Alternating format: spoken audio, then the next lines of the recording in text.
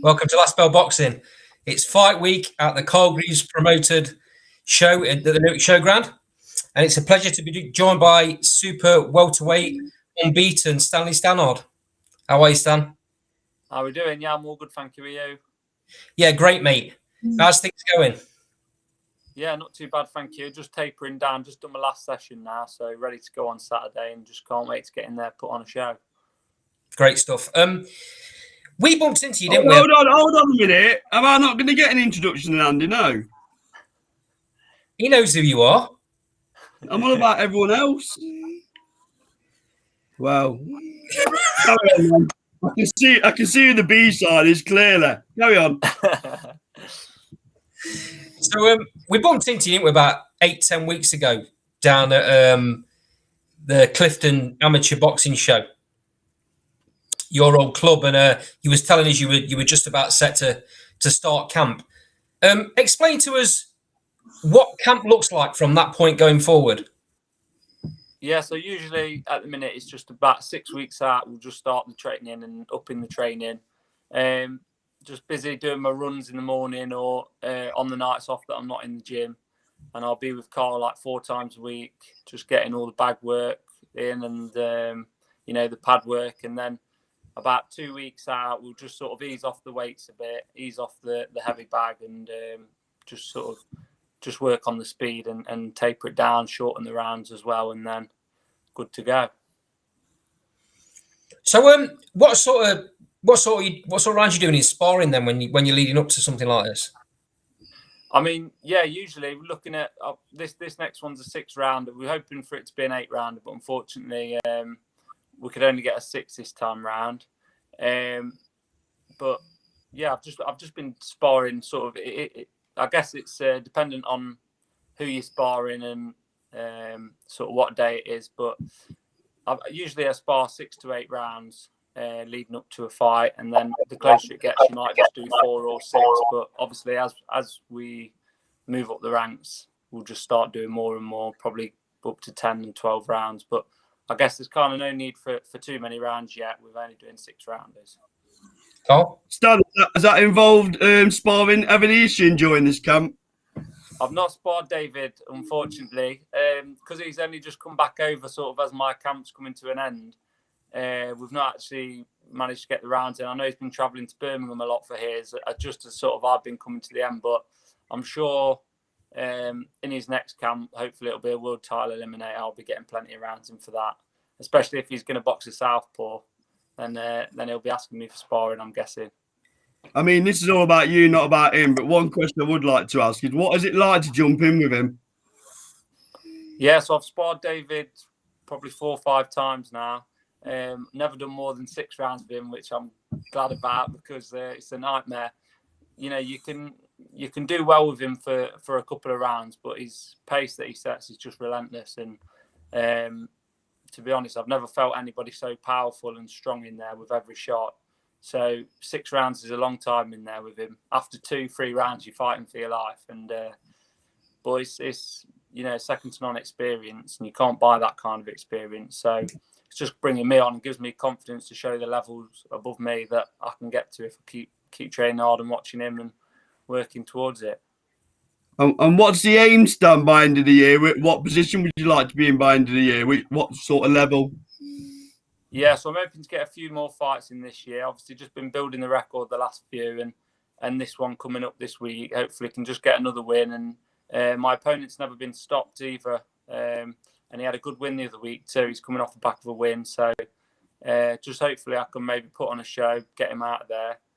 And then towards the end of the year, once I've had a couple more, hopefully push on and get a title fight for the Midlands, or if that's not available, then maybe go even further and box for the English. Is it out there? Is it out there in terms of who your opponent is, Stan? Is it public knowledge yet or not? Yeah. For Saturday, I'm boxing Seamus Devlin. So, he's a bit of a road warrior, knows his way around the ring, very tough. Actually, one of my mates, Tom Cowlins, boxed him before, said that he couldn't catch him, and when he did, it was like hitting the heavy bag. So he's a bit of a smooth mover, and we'll just see what we can do to get him out of there on Saturday. You might get some rounds in the bank then, fella, you reckon? Yeah, I reckon so. But never say never. I won't go looking for it, but if it comes, it comes, and it'd be nice to get another stoppage win. Stan, do you pay attention to what's going on in your division? I'm talking sort of Midland and English champions. I mean, obviously, at the minute, your stablemate Karl's got the Midlands title, hasn't he? Yeah. And I think the English champion is Sam Giley. Is that right? So I do keep an eye on it. I actually watched Sam's fight. He fought Avaldis. I thought Avaldis was doing really well, and then Sam obviously stopped him with a body shot in about round 4 or 5, I think. So I do keep an eye on it. I mean, obviously, I'm a bit more of a boxing fan on the big stage of people who are probably a bit ahead of me at the minute, like the Fowlers and the Liam Smiths. Obviously, watched that fight a couple months ago, but I still do keep an eye on what's about, sort of locally and at domestic level, because that's where I'm hoping to be at the end of the year. So if that Sam Gilly's still got the belt at the end of the year, and opportunity presents itself, I'd be more than happy to box him and wherever and get a win. How many fights do you look at getting in this year? That's a good question. I mean, hopefully, as the fights get bigger and the rounds get longer, I'm guessing I'll be fighting sort of less times, not as much in the year, but I'd probably say a couple more before the title fight. Hopefully, this one and maybe one more. So maybe 3 fights in this year would be nice. Maybe one sort of just before summertime and one to see the year out. I'd be happy with that, especially with obviously it's still been a little bit shaky on the COVID rules coming in and being implemented in and out. So we'll just see how that goes as well. You just touched on, or Carl's just touched on, David Avanesyan coming into camp. And what's it like in the Carl Greaves stable at the minute? I mean, I'm sure it's a healthy competition. How do you guys all get on really strongly? Do you push each other?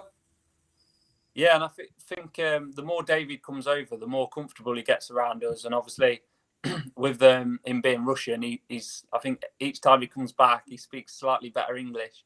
But he's a good sort of role model to have in the gym training wise because of his discipline, and obviously coming over for 6-week camps can't be easy. So it's good to look up to him in the gym, and we all have a good laugh. We're all very competitive as well, especially when David's there trying to push on, and on the running track we're always trying to beat each other's times. But it's good, yeah. It's healthy competition, and obviously there's a lot of confidence flying around. Carl's got some, a fair few unbeaten prospects at the minute, like himself, Sonny Price, Tom Cowlin, and we're all just looking to push on for big things by the end of the year anyway. So it's good.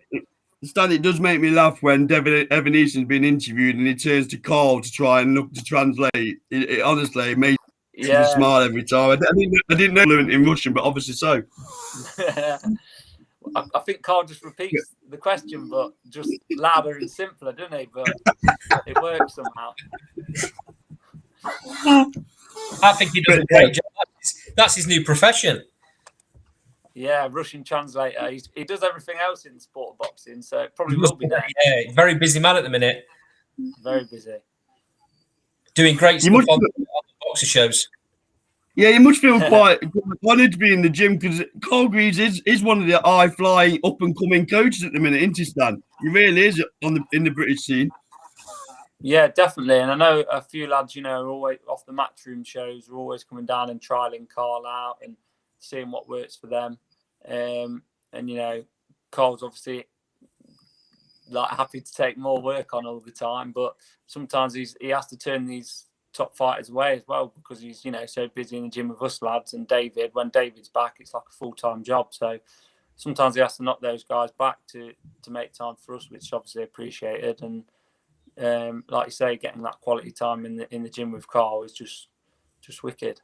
I mean, from the outside looking in, Stan, the rapport you lads have got in that gym, you can see it. You can see it at fight night. You can see it when you're interviewed. It must be a good crack going to that gym every day and working. Definitely, yeah. Always look forward to going to the gym, even when we're dieting and hungry. At least you can all sort of be in that miserable boat together. and spur each other on and give each other confidence as well. So it's a good gym at the minute. Very, very good relationships as well. All us lads get on well. Yeah. And we're mates outside of the gym too, which helps. And that's important, isn't it, regarding getting on? Because what did he say? An happy fighter is a dangerous fighter. Exactly. Yeah, that's the one. So, Andy, have you got anything else, or are we going to go to the questions that we've had sent in? A couple more, actually. Just for everyone that's going to be going to the show Saturday night, Stan, do you know whereabouts you are on the card? I don't at the minute. I know Dex Spellman's topping the bill. It's his comeback fight after fighting Anthony Yard and Arthur. So he'll be top of the bill. So I'm imagining I'll be on out of 10 fights, probably 8 or 9, I imagine. I've done a fair few tickets again, which is good. And obviously the support's been unreal once again. So very grateful to everyone who's bought a ticket. And whichever time I'm on, hopefully everyone can make it there early enough to watch me box. Bit of a shout out to your fans, actually. Me and Carl were at the show in Leicester, Morningside Arena, back in September, and I was a little bit blown away by the support you got. Yeah, it obviously, you're an up and coming fighter, 6-0, but the following was outstanding. Yeah, I think with that fight as well, there was a bit of a special buzz about it because with me boxing Kyle Fox and there being history from the amateurs, a few of my friends and family had already seen me boxing before and knew they were good fights. And then obviously he's got a good record. He'd only lost one in the title fight, so he was 7-1. I think it made everyone a bit more up for it and excited for a real fight. They knew it was well matched and it was all to play for. So with those kind of real fights, I think everyone's going to, people have started sort of cracking on to if I'm fighting journeymen or not now, even those that know nothing about boxing. So when I get a real fight, the support's even better. Everyone makes more noise and is more up for it. So hopefully I can just keep building the record and bringing those bigger fights back. When I get a title fight, I think it'll be unbelievable, the support I get there and the noise. Sorry, Andy. Stan, what sort of fighter are you? You're more, I don't hear the crowd because I'm focused on the job to be done, or do you feed off the atmosphere? Yeah, I think I definitely feed off the atmosphere. I'm quite an emotional person, and I think that shows in my fights, especially with that Kyle Fox fight. Yeah. I felt calm and relaxed in the change room, and then as soon as I came out and everyone was screaming and shouting, I think I sort of lost my head a bit and was very excited and probably it was some atmosphere though, Stan, wasn't it? Credit to your fans, that was some atmosphere in that stadium for that real fight. Yeah, and those guys are the reason that I can, box so regular and everything as well, and put money into the show for the promoter and all us fighters. So I'm very grateful to all of them. Is it difficult not to throw the game plan out the window?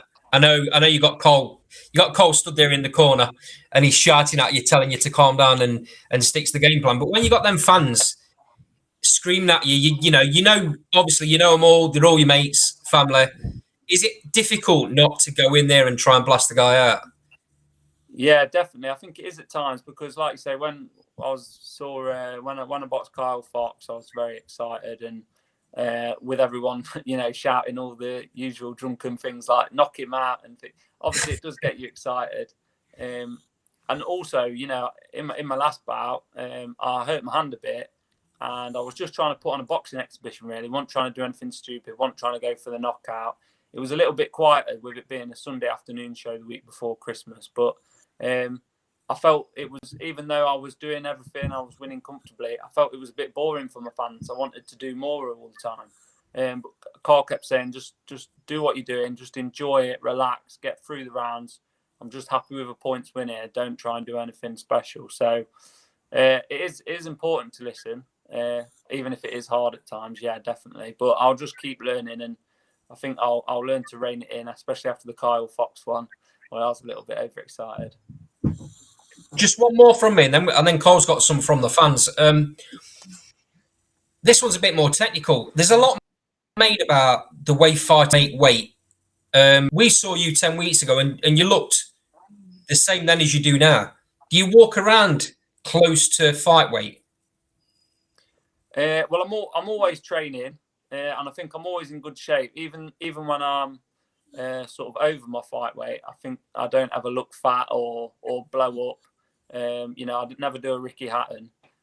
So I'll always try to keep training, even if I'm going out with my mates or eating what I want. I don't walk around fight weight now. I think I'm probably about 12.5 stone when I'm out of camp and enjoying myself. And but when I'm in training, I'm about 12 stone. So I still cut a good stone for when I make weight. But to be honest, it's not too much of a struggle. It's always hard the last few pounds, but if I'm sensible and start early enough, you know, 6-7 weeks out with my cutting my diet and eating my salads, then I'll do it well enough without having to sauna too much out or hot bath or really dehydrate myself.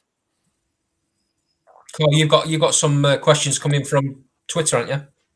Yeah, well, you killed one of them, Andy, but never mind. So, Stan, what was the hardest thing about being a boxer is one question that coming because we're a bit big time now, see, so we're getting questions sent in from fans. Yeah, it's hard. I mean, as a professional boxer, I'd definitely say selling tickets. That's the most. I wouldn't wish that on my worst enemy, trying to sell tickets, because bottom line, end of the day, people are unreliable. And no one's going to push your ticket sales like you are, because you see it as your own business kind of thing. Yeah. So you're always busy trying to make sure everybody's happy, everyone's sat with everyone they want to be sat with, and you want everyone to have a good night so they come again as well. And I'm very much for my fans, you know, because I appreciate them. So I always want to get it right for them. But I do sometimes people please a bit too much probably, and make unnecessary trips to go drop tickets to them and make sure it's sorted straight away. So I'll probably say that's the hardest thing. It's like your phone never stops ringing. And I guess people look at these purses being thrown around at the top end of the sport and think every boxer's earning that sort of money. It's just not the case, is it? No, not at all. And they're not out at 10, 11 o'clock at night when they've got, you know, after training, selling the tickets either. When you're on a guaranteed purse, I mean, you can just focus on your training and like your dieting and everything. But sometimes you don't even have time to eat because you're out doing tickets. That's the only reason you make weight. Yeah, you'll be there one day, Stan, won't you, with them purses? You'll be there one day. Definitely. So, next question. What is your favourite shot to throw? Favourite shot to throw? I'd probably say my left uppercut. It's a hard one to practice because not all bags in the gym you can throw it on, but I do enjoy it. You know, if I'm hitting the paddles or pads with Karl, I feel like that's probably one of my best shots as well that I've not really had a chance to use too much yet. But when I do land it, it lands well, and yeah. It's an underrated shot, that uppercut, isn't it? Underrated. Definitely. A lot of people. Yeah. Coming from a southpaw stance, when I set it up with the jab, not many people see it coming. So, and I can whip it in with some power. You know, I've been practicing bending my legs, dipping my knees, and coming up to throw it. So that's definitely got to be my favourite shot. Very few people use it nowadays, either, Stan. Definitely, yeah. I mean, a lot of people focus on the outside fighting as well, but when it's time to sort of grit your teeth and, you know, you've got an inside fighter, someone pressuring you, you're on the ropes, you've got to learn to work and throw them short range shots. So it's important to know it all. And the last question, which I hope Carl Greaves isn't going to hear this one. What do you think is the worst part of training? Worst part of training? That's hard. I mean, I think I like all parts of training when I'm not dieting. And then as soon as the diet kicks in, then you start becoming a bit more picky with what you want to do and what you don't want to do. Yeah. I would say the runs are hard. The hard runs, especially when it's cold outside this time of year, because, you know, it gets your chest and your legs are burning, especially after Christmas. That wasn't nice, getting back to the running. So I'd say my favourite part of training's got to be either the sparring or the pad work. And the hardest part is probably just the runs, because there's no one there to push you either. You know, you've got to do it yourself. It's true when they say it's the loneliest sport in the world, isn't it, Stan? Definitely, yeah. And even if you're in the gym, you know, Karl can shout at you and he can push you on, but no one can do it for you. You know, you've got to keep doing it by yourself. And if you don't live the life outside the gym, then you're going to find it a lot harder when you get in the ring. Yeah. Andy, back to you. Cheers, Stan. Stan, do you rely on sponsorship? Yeah, I've got a few sponsors on board. Another one came on board as well, Bodybuilt as well. They do the clothing and tracksuits. They've just jumped on. They've actually done me some tracksuits for this fight, so I'm looking forward to getting involved with them. All that sort of stuff helps, don't it? Because it means you don't have to take that out of your own pocket.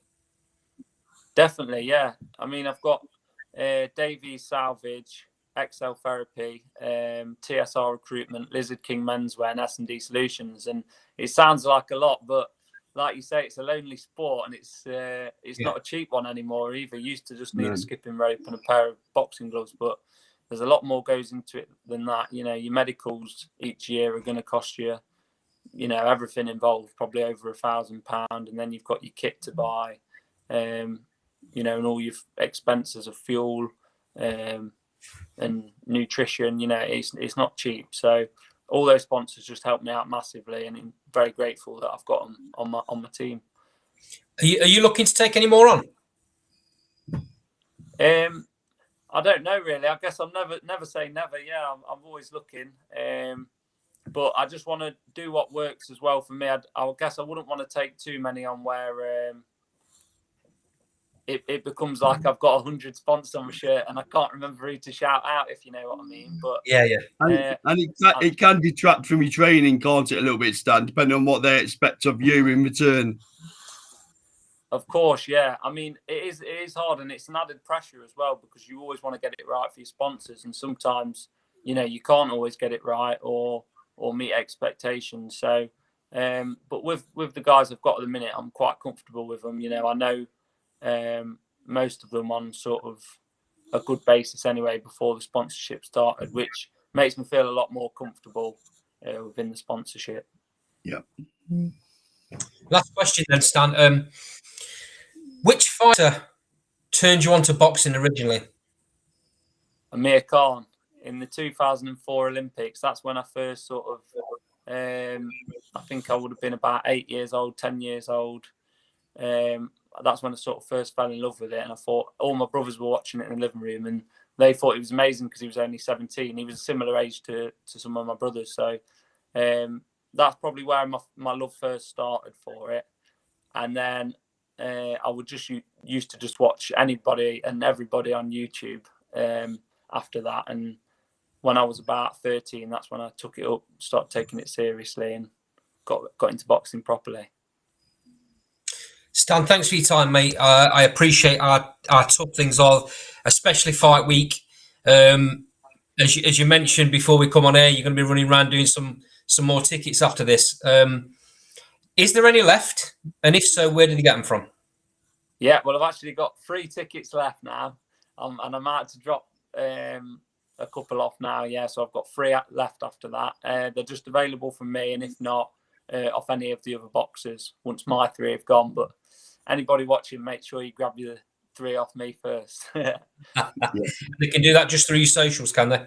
That's it, mate. Yeah. Great stuff. Well, thanks very much for your time, mate. Like I say, I appreciate you coming in, especially fight week. I know it's a bit difficult for you right now.